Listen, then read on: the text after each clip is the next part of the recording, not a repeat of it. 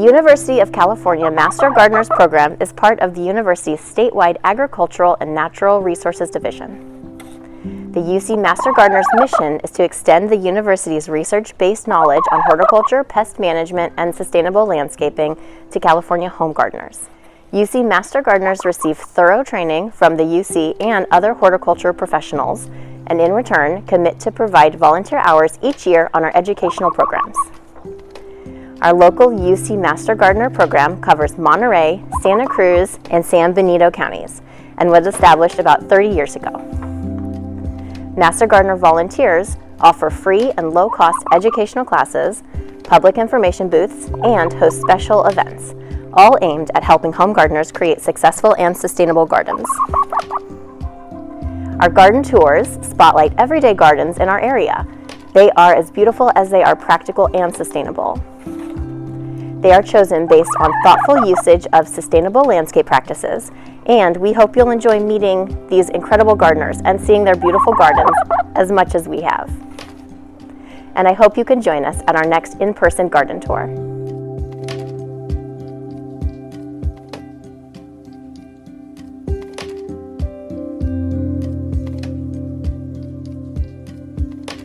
Hi, I'm Robin Spring and I'd like to welcome you to my garden. It's located in the city of Watsonville, southeast corner, toward the foothills, and it's a small lot. It's only about 3,000 square feet where I garden. So I don't have a lot of room to work in, but I really cram it with plants. I'm a real plant lover. And today I'm going to take you through the front garden. This is an overview that you're seeing right now, and point out many different plants, and then I'll take you to the back and show you my vegetable gardens and the fruit trees that I grow. Before we get started, I just want to tell you some things, in particular in these times of challenging climate change and drought, extreme drought and more frequent drought.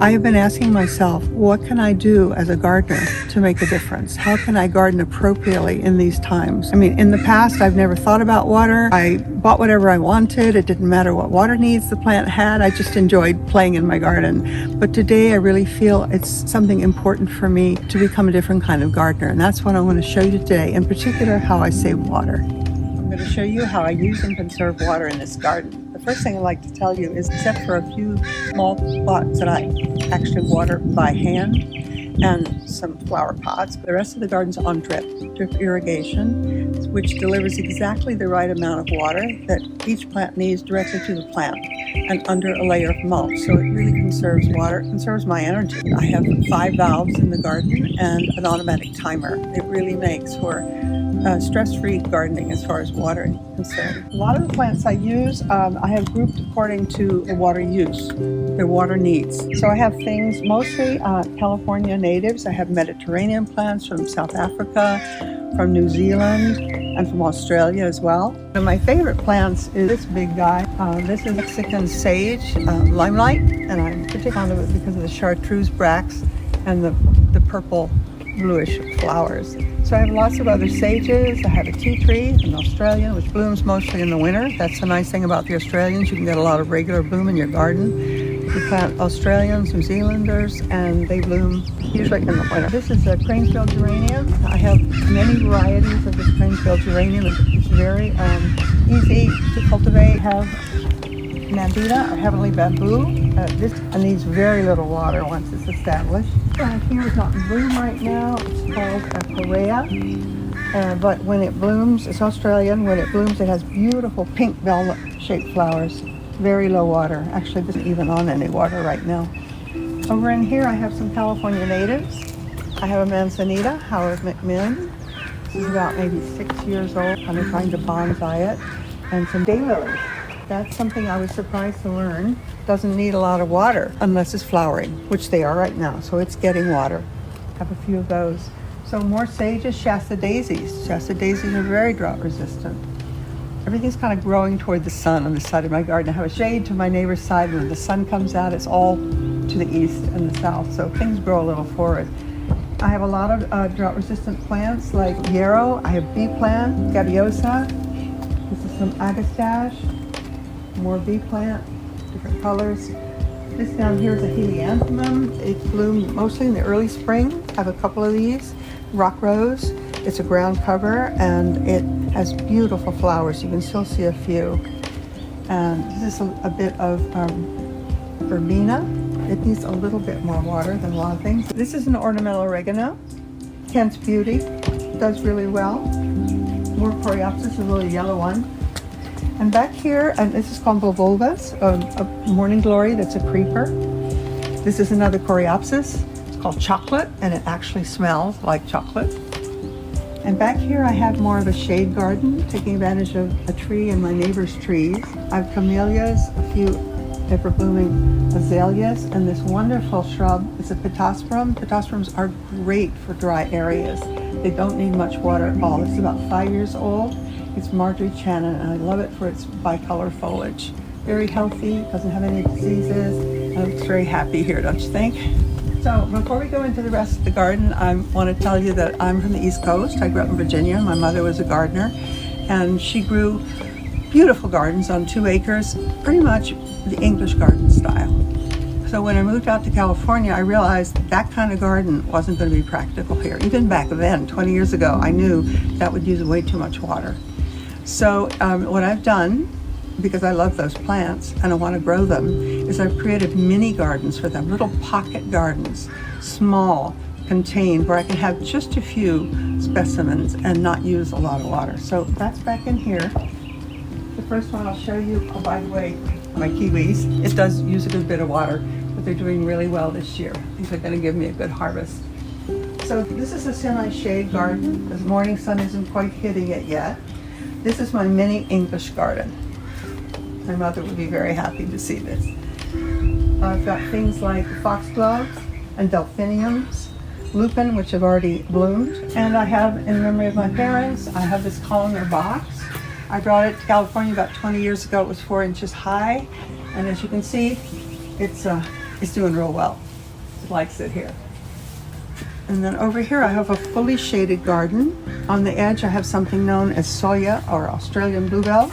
It's a vine, which with some help, I'm helping it to grow up this column. Really, really pretty this time of year when it blooms, and it's evergreen. I have some Abutilon in the shade, and then down below I have pretty dense shade. I had to put in a lattice to help that out because my neighbor trimmed some of his trees. I call this my Buddha garden, and I have a collection of shade-loving plants. Use a good bit of water. I have coral bells, or heuchera. This is almost a tree. It was here when I came, and I bonsai'd it and give me heavy shade down below. I have some fuchsias growing in here, the California fuchsia back there. 2 plants I bought. One is Annabelle. It's hydrangea. He's pretty spectacular. When they first come out, they're green, and as the season progresses, they stay green. And below that is another one of my very favorite plants, the Japanese painted fern. It's 2 colors. I just love the foliage. And this dies back completely to the ground in the winter and then comes up again in the spring. Again, this area is an area where I do some hand watering. Not much of this is on drip. So now we're going to go to the rear garden, and I'm going to show you how I conserve water. How I capture water. So back here I have a rain catchment system. There are 2 tanks. They each hold about 550 gallons of water, and they're connected to my roof. On the front is an intake over here, and on the back there's also another intake. So I'm capturing water from about maybe a fourth, maybe a third of my roof only, and 3 or 4 rains will fill these tanks completely to the brim. So you're probably wondering, well, after 3 rains, what do you do? Where does the water go? Well, rather than let it just run off to the street, there's an outtake valve that takes it down into the garden. We've buried this deep, big valve, this big pipe, PVC pipe. We've buried it in the garden, in the middle of the garden, so that the water can seep out there. In other words, I'm capturing water on the property and sinking it. The idea being that that will help conserve water and replenish the aquifer. So how does this get to my garden? 2 big tanks. I have a pump and a little pressure tank. The pump causes the pressure to rise and pressurize the water. to enough PSI so that it can go into an irrigation valve, a drip irrigation valve. It goes through this very fine mesh, because it's very important when you use drip irrigation that you filter your water so it doesn't clog up the valves. That goes all the way over here to this valve. And that valve waters my back garden, all the veggies in the raised beds. And I also have a faucet here, so in case I want to get a bucket of water, I can just open that up and fill. And you know, last week I discovered something very unusual. I tend to keep my water buckets here. This is where the rainwater comes down in the summer, the drip. And I thought, well, let's just catch the drip. It's been very foggy and heavy fog, sometimes almost all day. One morning I got up last week and I found this 5-gallon bucket completely full of fresh water. So I'm not only capturing rainwater when it rains, I'm capturing fog. Who knew? I know the Australians do this. They have amazing fog things, I don't know, great big nets or whatever, but it's actually happening here. So this is my backyard garden. Oh, and one more thing I wanted to tell you. One more place that we catch water. This is a drain that was here. It goes all the way out to the curb, to the street. This is the lowest place on my property, and there's a lot of hardscape, so a lot of water collects here. So instead of draining it out to the street, what we did, again, we took the pipe, we found it in the garden, we cut it, we opened it, we put soil and gravel and sand to help the water percolate through, and now this water that goes in this drain doesn't go out to the storm drains. It goes and waters my garden deeply, about 3 feet down. So here are my thirsty, or not so thirsty, veggie plants. They're all on drip.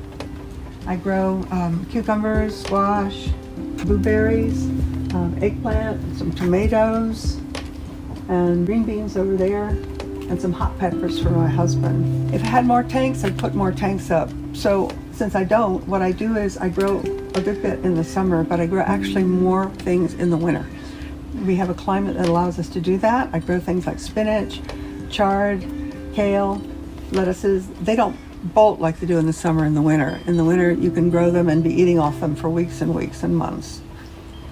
So that's another way I save water. Now, all these beds I said are on drip, and each bed has a cutoff valve. So if I haven't planted out the bed yet, but want to water the other beds, I can.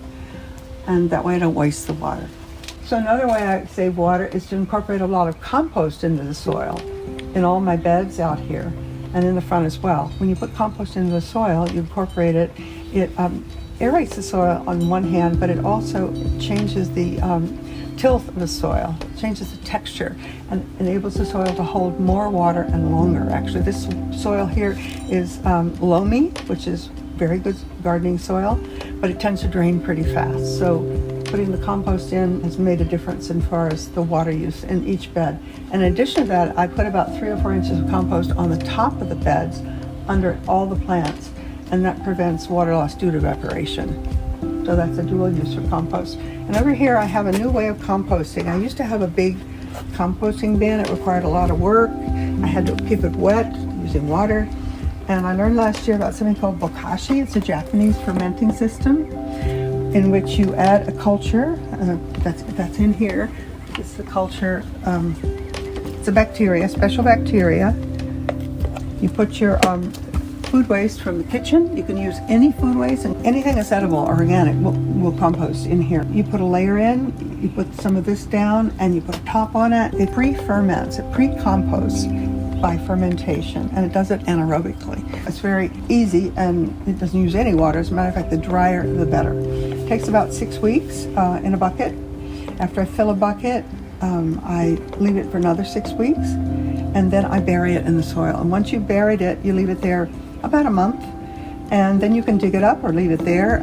You can also put it wherever you think the soil needs some help, and it will compost itself naturally once it's fermented. What I did last year is I started filling up this half wine barrel with this stuff, and with a pre-fermented compost, and I decided to plant a tomato here. I don't do tomatoes much because we're so foggy, it's hard to grow them. Well, guess what? This tomato was planted about a month ago, and it's obviously very happy. So this is a mini wildflower meadow. I planted these wildflowers from seed in the winter, And they started giving me blooms in April, and they'll probably bloom through August. This is a succession of plants blooming there. If I keep it well deadheaded, taking off the spent blooms, it just keeps blooming and blooming. And I have this because it doesn't use a lot of water and attracts beneficial insects to my garden, you know, like ladybugs, of course all the bees pollinate, aphids and green lacewings and other beneficials, which will eat the bad guys, the aphids and all the pests in my garden. It's been really a wonderful addition to the garden. So you see I have some fruit trees. These I do water by hand using that 5-gallon bucket. I used to just water by hand and not pay any attention, just sort of count. Now I actually know how much water I watered each plant. So that's a cherry. I have some citrus, which don't use much water at all. And there's a fig tree back there, and then there's a nectarine, which is really fully loaded. So I do have some water thirsty plants back here. I have some dahlias and begonias. This is normally an afternoon shade, but I grow, instead of growing dozens of dahlias like I used to, I'm only growing a few, and they're in pots. Like I have a small one here, I have a couple in the other garden.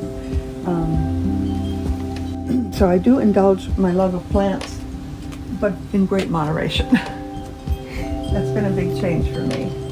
And this is the last bed I'm going to show you. I put this in last year, so it's a year old, and this is a native plant bed, with the exception of the nectarine, which was already here. So I've got these beautiful California buckwheat. This is a variety called Rubescens, which is particularly showy. Got lots of different sages. There's some aster, a ribes, a cistus, and I had some elegant parkia growing from seed in here. There's a little bit of yarrow, there's some artemisia, and I only water this once a week. In the future, every year I'll water it less, and eventually, after about maybe 3-4 years, I'll probably only water it maybe once a month, and some things I won't water at all. They don't actually like water once they're established.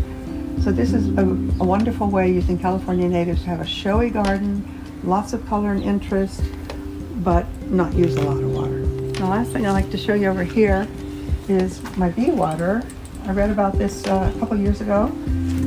Behind this fence, you can see the hoop houses, there's a 15-acre raspberry field, and there are about 50 to 100 beehives.